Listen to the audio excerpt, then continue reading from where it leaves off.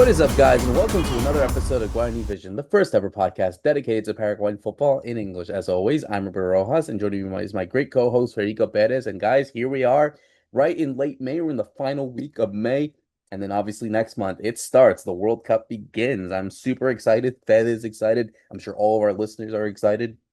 Even Ralph, who right now is doing his Euro trip, send our shout out to him. Hopefully, he's having a good time and is ready to support on Paraguay and England. That's his team at the end of the day. It's for next month, but we still have a few bits of business to decide. Obviously, we have the Copa Libertadores and the Sudamericana games that we have to talk about from last week. This week is the final week of group stage games, so very vital week for a lot of these teams to see if they can qualify to the next round. And then obviously, yeah, then it's full on Avi Roja, Fed. I mean, I see the Avi Roja right there in the background, actually, to your right. Yeah, I see that right there. There you go. Yeah, I see it. That's gonna be worn by the majority of the population. I would say majority, 99% of the population in about 2 weeks before the start of the games against the US and literally 2 weeks, man. It's crazy. Time flies. It's crazy. And then obviously we have to be on that World Cup fever. I guess I'll go to you on this one. How is that fever right now? I guess, here in the States, obviously we are the host, and I can only speak from my sort of like bubble, obviously because it is a soccer bubble and I'm always used to it. But I'm starting to see like stuff being sold around here. Obviously we are very much a capitalistic sort of a society. And what I'm saying is that, you see it in brands, you see it with like Coca-Cola, I go to CVS, the pharmacy, they're selling the Panini albums and the stickers and all that. One of the few places to actually get it, crazy enough, in comparison to other countries. You're seeing a lot of like, World Cup fever starting to build up now. Today as we record, we're going to get the official squad from the US. So obviously that's going to be a big one for Paraguay to analyze if they finally have the 26 names that they're going to take on. And yeah, but Fede, I mean, World Cup fever is different in a country that lives football all its life, but I'm sure for you and for everyone that I think they're really starting to get excited for the World Cup beginning. Yeah, Roberto, no doubt about it. Hi to you. Hi to Guarani Vision. Great to be back for a new episode. Let's give a shout out there to Ralph. Obviously, that's going around Europe. I think he picked this specific date, this specific month, just so his head is not all over the World Cup, right? Because I can't sleep anymore, Roberto. I don't know about you, but I'm so anxious. I'm thinking about that first game, that second match against Turkey, that third game against Australia. I'm all over. My head's all over that World Cup already. Even though we still got this week Libertadores Sudamericana games to look forward to. The tournament, the local league has officially ended. We had our champion several weeks ago already with Olympia. So, like I said on the last episode we did, I felt like here in Paraguay, everybody has already changed their mindset and they're already thinking about the World Cup, right? Just like you said, the sticker fever has been all around Paraguay. I've seen a lot of kids with their albums going all over the place. I don't think you can find even stickers nowadays. You go to the retail stores and you can't even find them. They're all sold out. That's how crazy people are going for all the World Cup stuff. It's not just about the album or just having your favorite player there, but everybody's buying their jerseys. Even if some local brands are giving them away, like we saw for the friendly that Paraguay is going to play. They're Sold giving out, it by the way. away. It's going to sell out, by the way. The game's going to be sold out. Exactly. So everybody's really pumped up about what's going to happen, not just the friendly, but the World Cup itself. Everybody's getting their plans together, the group that they're going to watch the game with. That's always a special thing. So, people are getting ready. The people that are going to travel, the people that are going to leave, they got their suitcases ready also to make the trip. So I'm really looking forward to what's going to happen with our country in the next couple of weeks. We're going to have that World Cup fever, no doubt about it. And it's going to be very special here in Paraguay as we're obviously looking forward to the list to see finally who are going to be the 26 players that are going to make it into that final list. There's a lot of there's a lot of rumors about that situation also because he's one of the coaches that wants to wait until last minute, right? I don't know if it has to do with the injuries, some doubts that he has. Maybe he wants that inner competition between some players.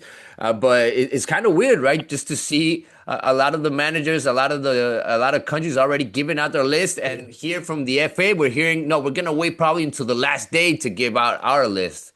Yeah, I mean, obviously, there's still games to be played for the Cedro players, the Olimpia players. Obviously, there's still things to be decided. So maybe it's just that. But we were starting to see players actually arrive in the country. We've been seeing most of the guys that are starting to come in, and I see the likes of Julio Enciso, Gabriel Avalos, Matias Galarza, Juan Cáceres, Andres Cubas, again, among several other players. So the ones where their seasons are already done, they're not taking any vacations. They're going straight to the country to prepare for the World Cup. And yeah, it's going to be interesting to see which of those names, because it's going to be a lot of names that are training in the country, but not all of them will be. It's 26 that have to go to the World Cup. And, we'll obviously talk about that in a bit when we talk full Fede Roja in our next segment. But we got to start off firstly with the Libertadores, because obviously last week we saw a huge result in the tournament. We obviously were talking about Copa Libertadores games between Palmeiras and Cerro for several years.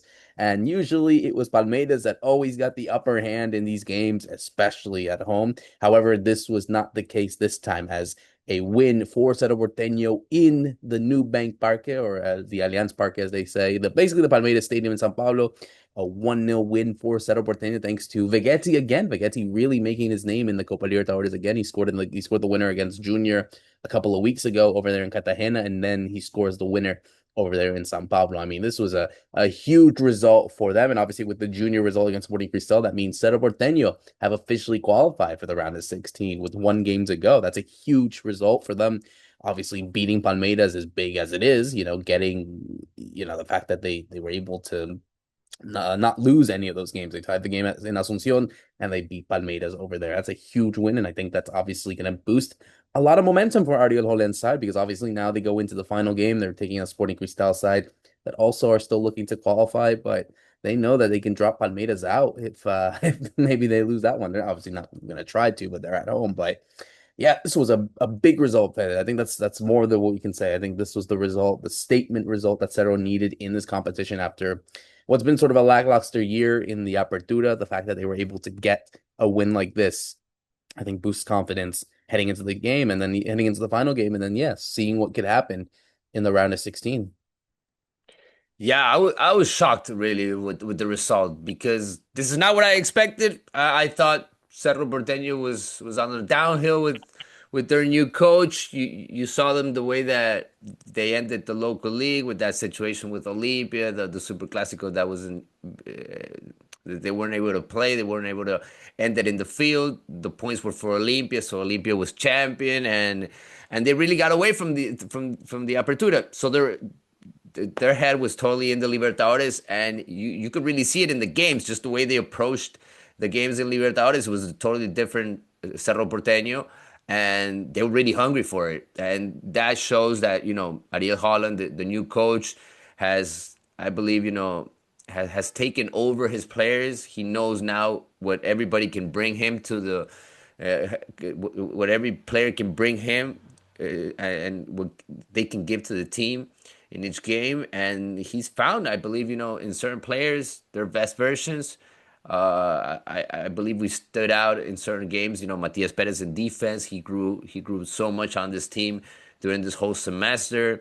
He was able to repeat pretty much the defense, especially in these important games, with Gustavo Velasquez also coming back to that center back spot. But if I got to pick out a player in these two games that was just the key player for Cerro Porteño, is Pablo Vegetti. And this is the player they went to look for at the beginning of the year. Why? Because they needed these kind of goals. They needed these kind of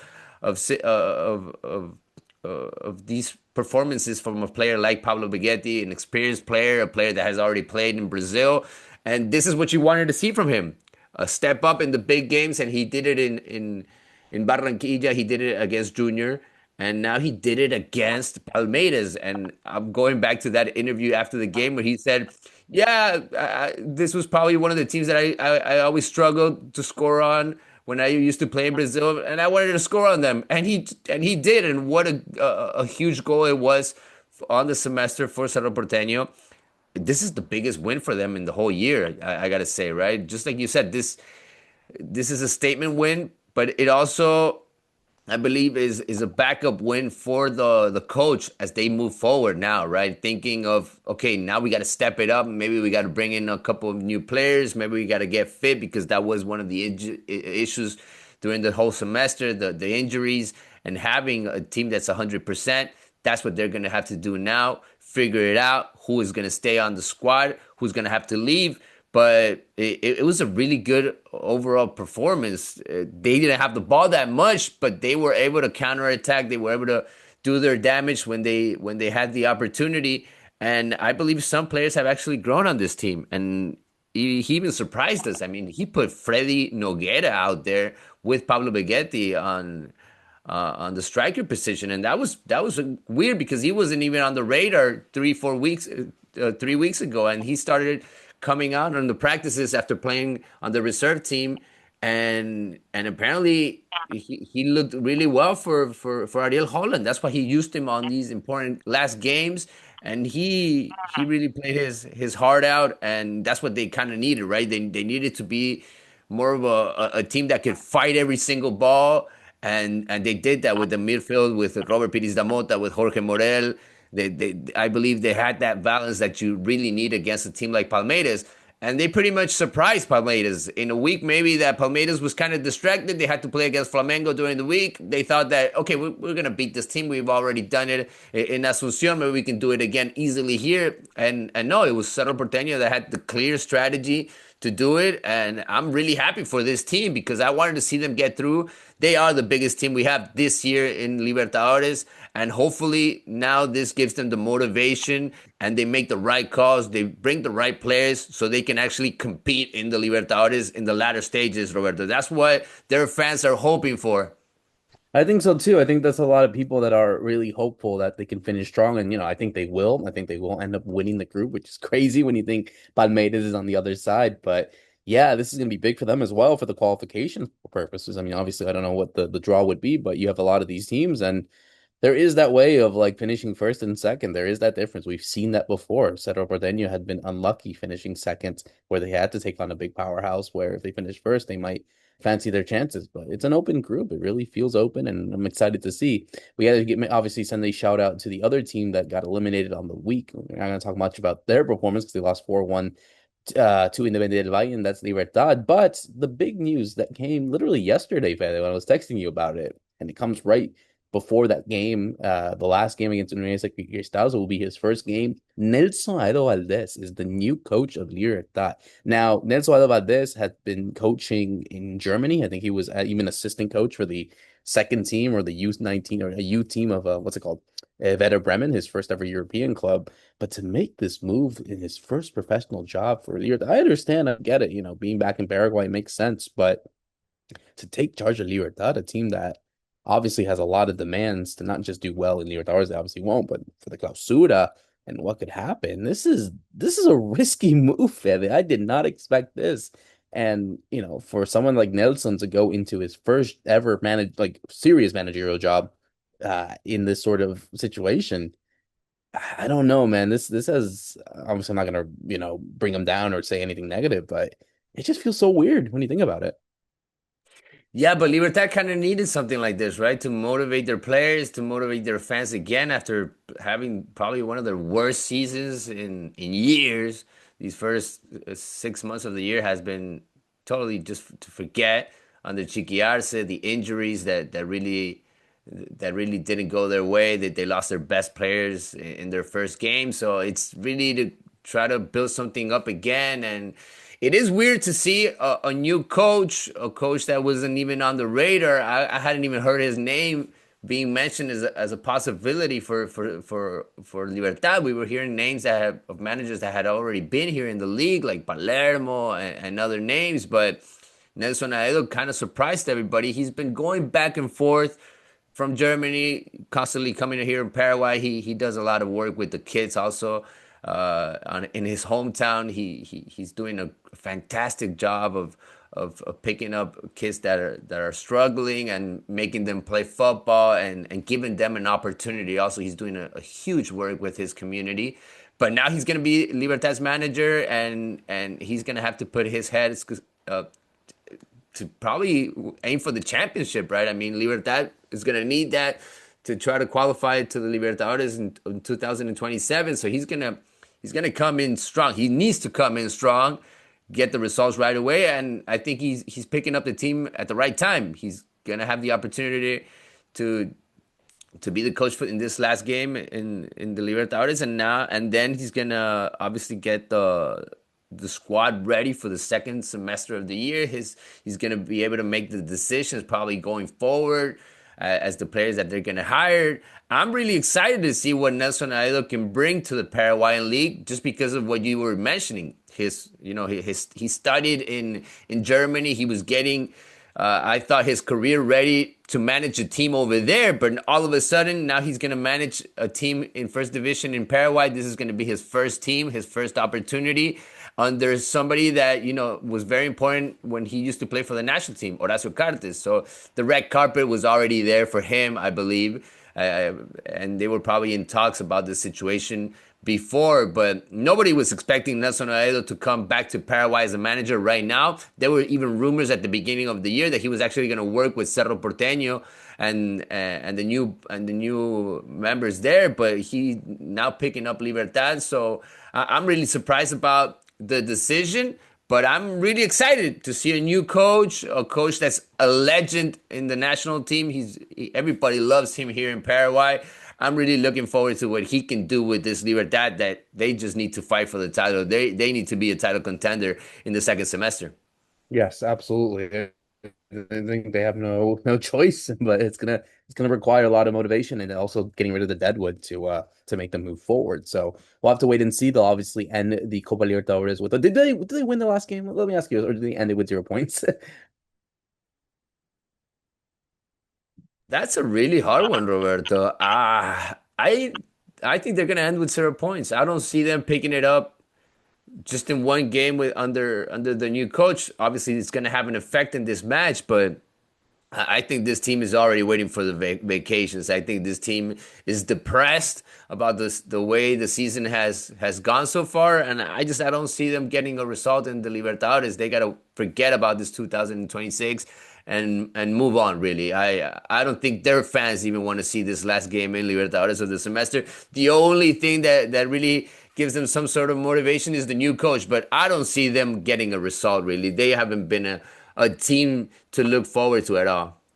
Yeah, it's very depressing when you talk about Libertad this year. The team that's not depressed is, of course, Olimpia. Olimpia are full on with joy, especially after winning the Apertura. They ended up also winning against Vasco da Gama over the Defensores. They won 3-1 goals from Mateo Gamarra, Hugo Sandoval, and Sebastián Ferreira. Now they go to the last game against Audax Italiano with a chance to qualify for the round of 16. And yeah, I mean, Vitamina Sanchez is really getting this team into a good spot, and it feels like their high is not dropped yet, and then they probably won't drop because now heading into this game, they already beat Odex in the first game, if you remember, over there in Santiago. So I think, and then obviously it's an Odex side also looking to qualify for the playoffs, but Vasco is taking on a Barraca Central team that are already eliminated. So obviously it feels like for them, it can't screw up for Olympia, can it? Yeah, I mean, you don't see that, especially given the way that they play. I would be very shocked if anything happens for them, but I think they'll have enough to qualify and win the group. Actually, Fede, what do you think?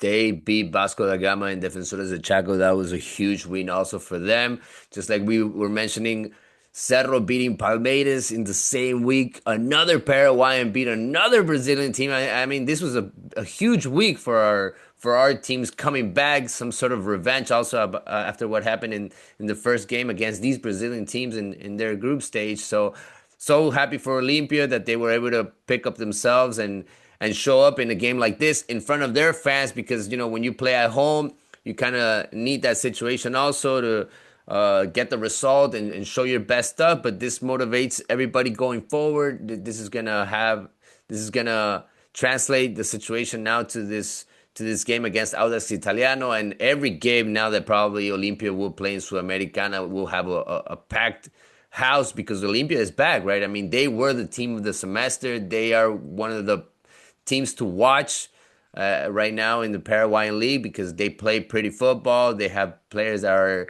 in top shape, players that were even fighting for an opportunity to make it to the national team, like Gamarra, the defender that had an outstanding game against Vasco da Gama. We mentioned Gaston Olveira and how important he has been this last year, even making it to the national team also. That's why this team barely gets scored on. That's why that 3-0 from Vasco da Gama in the first game between these two teams was very weird. Nobody was expecting a blowout like that, and to see Olimpia come back and win it now 3-1 against Vasco in this deciding match in the group stage. I think it was a final for Olimpia, and this shows that Olimpia is ready for the Sudamericana. This shows, I believe, no matter what team we have in front of us, we can make it happen, and they're believing. I mean, Olympia's on a high right now. Hopefully, they can take this into the second semester, build on this situation,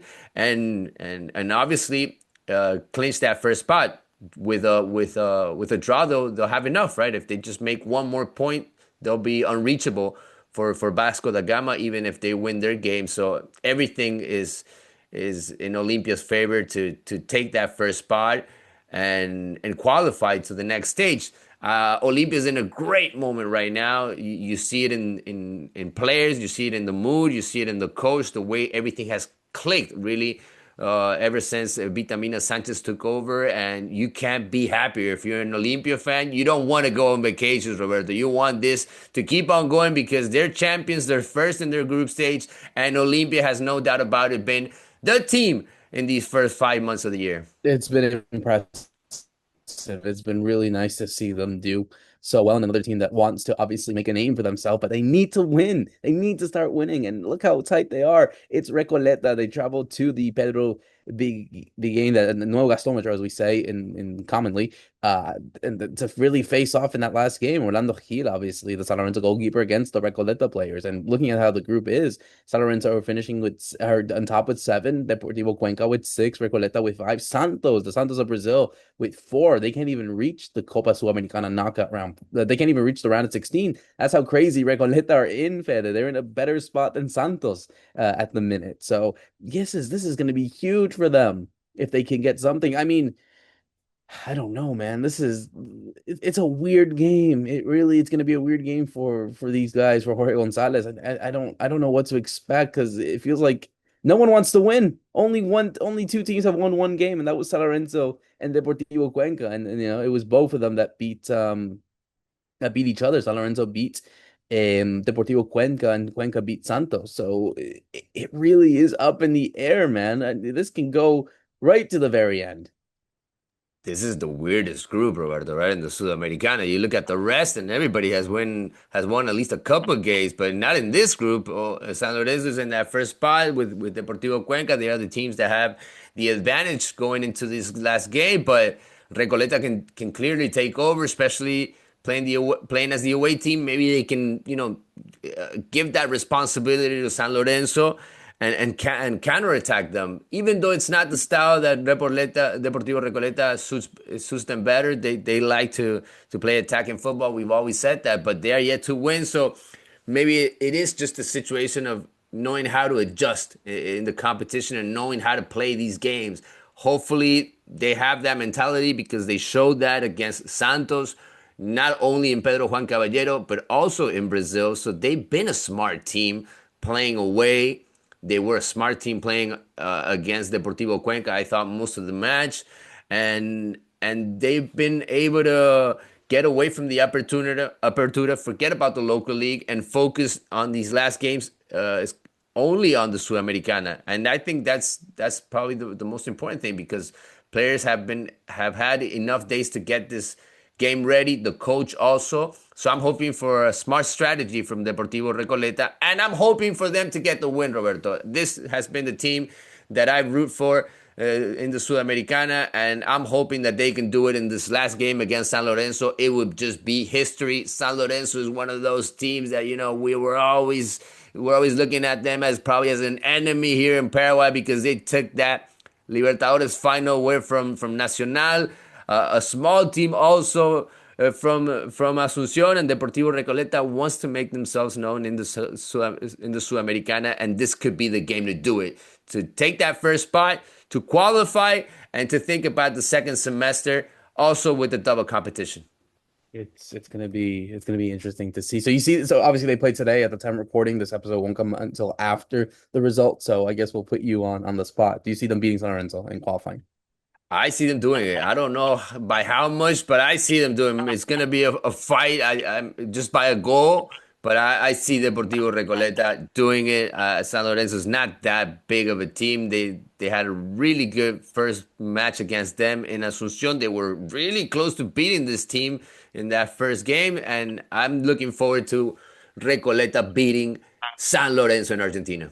I think it's going to be a 0-0 draw in both of the games, and Recoleta qualified to the knockout round playoffs with San Lorenzo to the round of 16. That's how I see it. So we'll obviously talk about what happens next week in the Copa Libertadores and the Sudamericana as we finish it off. But then we go straight to Albiroja mood, and obviously we have to be in a good Albiroja mood because we're now coming off of the end of the European season for all the Paraguayan players, and obviously the break for a lot of them. Obviously, some of the South American based players are still playing, but the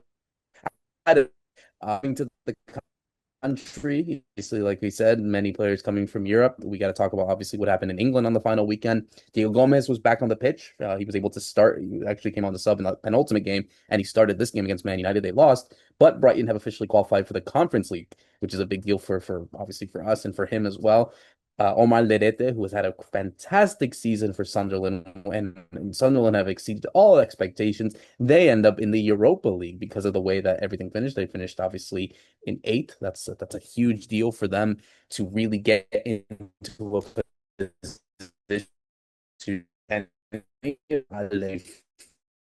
that sort of exposure, but being able to play in Europe is a big one right now. So I think it's interesting. Sorry, they finished seventh. Brighton finished eighth. My fault.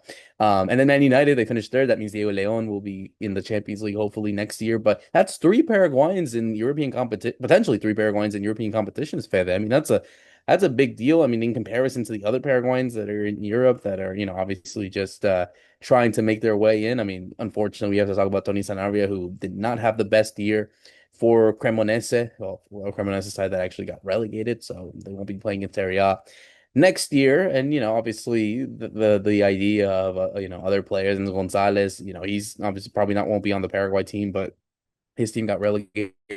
We'll see if he's able to continue there. And just a lot of players from around the world. Portsmouth, obviously, Gustavo Caballero. It looks like they're going to keep that move, actually, that he might stay in England. So there's a lot going on. And, I don't know where you want to start, but what's really stood out to you this whole 2025-26? I mean, for Diego and Omar to have the years, and Julio, of course, Julio did as well.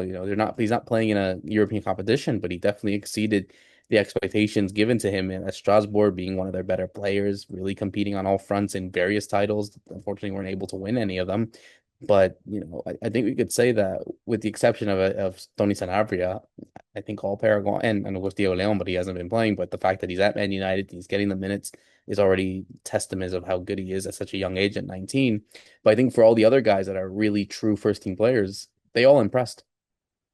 I'm with you on that, right? Yeah, they all impressed. They all had a pretty good season.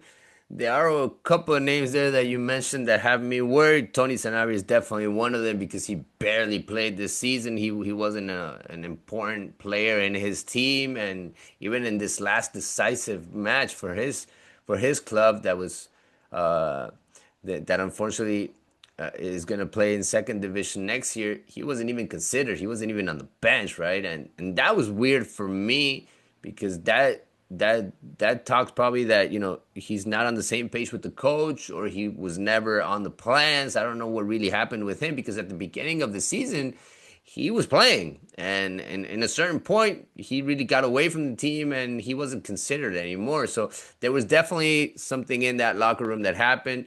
We've never heard it from Tony Sanabria. And when you have teams that get relegated, there's that opportunity for the players to pick up and say, I gotta leave, guys. I mean, this is not where I want to play. This is This is not what I expected, and it could happen with Enzo Gonzalez. I think they're gonna look for a loan for him. I think they're gonna look for something different also for Tony Sanabria. But it is a World Cup year. We're gonna have a whole month of World Cup games, and that could be the game changer for most of these names that you threw out there, Roberto, especially the ones that had a good European season, like Julio Enciso. I don't expect him to play at Strasbourg next year. I don't expect him to be at Brighton either. I expect him to make a move, especially with all the rumors that we're hearing about him. Uh, Changing agents also. He's going to start working with with different clubs. They're going to start talking with him, and we're going to start listening, and we're going to pay close attention to all those rumors that are probably going to go around during the World Cup as he starts also developing in that competition. The same thing could be said for Diego Gomez. He had a huge impact. I believe he was even awarded the best young player in that Brian squad. So even bigger for him, right? To make that impact with his teammates, with the coaching staff, as we heard all year round. Just good things from him and the people around him. So I'm really happy with every single player in the European League. The injuries were probably a problem for some of these guys. Diego Leon was obviously in this developing stage, but there's rumors also that he might leave Manchester United, that he wants minutes in the first division, in the first in Premier League even. He's talking about staying in England but playing for a Premier League team, and he's been able to put himself out there, at least playing for the under 20s Manchester United squad. So I think the sky's the limit for these guys, right? They are so young and they got the world in front of them. I think most of them are going to make moves, Roberto. This is a World Cup year, and they're going to have the opportunity to show the world their stuff. Individually, if they have a great performance in just one or two games of the World Cup, it could mean the world for them for that next step that we're hoping some of these guys can make. Yeah, I think it's going to be interesting to see what can really happen to a lot of these guys. Obviously, the World Cup is going to be the big centerpiece of what can happen to them if they can make a good move afterwards, coming off of good performances at the World Cup. So yeah, it's going to be fun to see, man. Obviously, we're looking forward to, of course, the squad. We'll obviously react to it. We'll see how these players are doing well. Hopefully, that there are no injuries as well, because that's always some of the issues that after a long season, maybe you're very tired basically, but then they're gonna have to go at more than 100% because it's their dream to play at a World Cup and to obviously help Paraguay go as far as they can ever go. So I'm looking forward to it. Obviously, we'll talk about it as we always do here on Guarani Vision as we close out another great episode for myself, Roberto Rojas, and Fede Perez. Thank you so much for listening in. See you soon.